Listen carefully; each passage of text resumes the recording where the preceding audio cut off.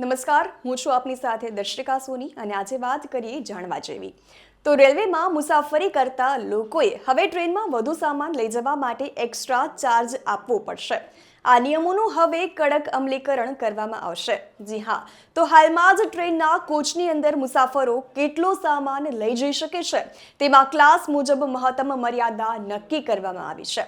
તો રેલવે મંત્રી અશ્વિની વૈષ્ણવના જણાવ્યા મુજબ રેલવેમાં સ્લીપર ક્લાસના મુસાફરોને 40 કિલો સુધીનો સામાન ચાર્જ ચૂકવ્યા વગર જ લઈ જવાની મંજૂરી છે, જેની મહત્તમ મર્યાદા 80 કિલો છે. જ્યારે એસી 3 ટાયર અથવા તો ચેર કારમાં મુસાફરી કરતા મુસાફરોને 40 કિલો સુધી મફત સામાન લઈ જવાની મંજૂરી છે. જે મહત્તમ મર્યાદા છે, ફર્સ્ટ ક્લાસ અથવા તો એસી 2 ટાયરના મુસાફરોને 50 કિલો સુધી મફત સામાન લઈ જવાની મંજૂરી છે, જેની મહત્તમ મર્યાદા 100 કિલો છે. તેમજ એસી ફર્સ્ટ ક્લાસના મુસાફરોની વાત કરીએ તો તેઓને 70 કિલો સુધી મફત સામાન લઈ જઈ શકશે અને જેમાં મુસાફરો ફી ચૂકવીને 150 કિલો સુધીનો સામાન પણ લઈ જઈ શકે છે.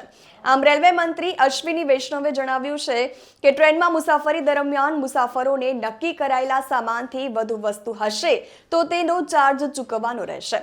અને હા, ટ્રેનમાં તમે વધુ સામાન સાથે પકડાયા છો અને પછી તમે સામાન બુક કરાવો છો તો તમને લઘુત્તમ ₹500 અથવા તો નક્કી કરેલા દરના 6 ગણા સુધીનો દંડ પણ થઈ શકે છે.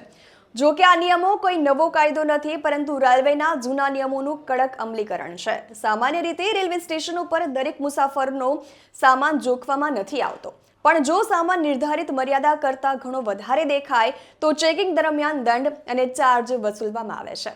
તો મોકલી દો આ વિડીયો એમને કે જે નિયમિત રીતે રેલવેની મુસાફરી કરે છે અને આ વિડીયોને લાઇક પણ કરી દો અને શેર પણ કરી દો. તો આવી જ રીતે વધુ અવનવા વિડીયો સાથે ફરી મળીએ છીએ. ત્યાં સુધી મને રજા આપશો. નમસ્કાર.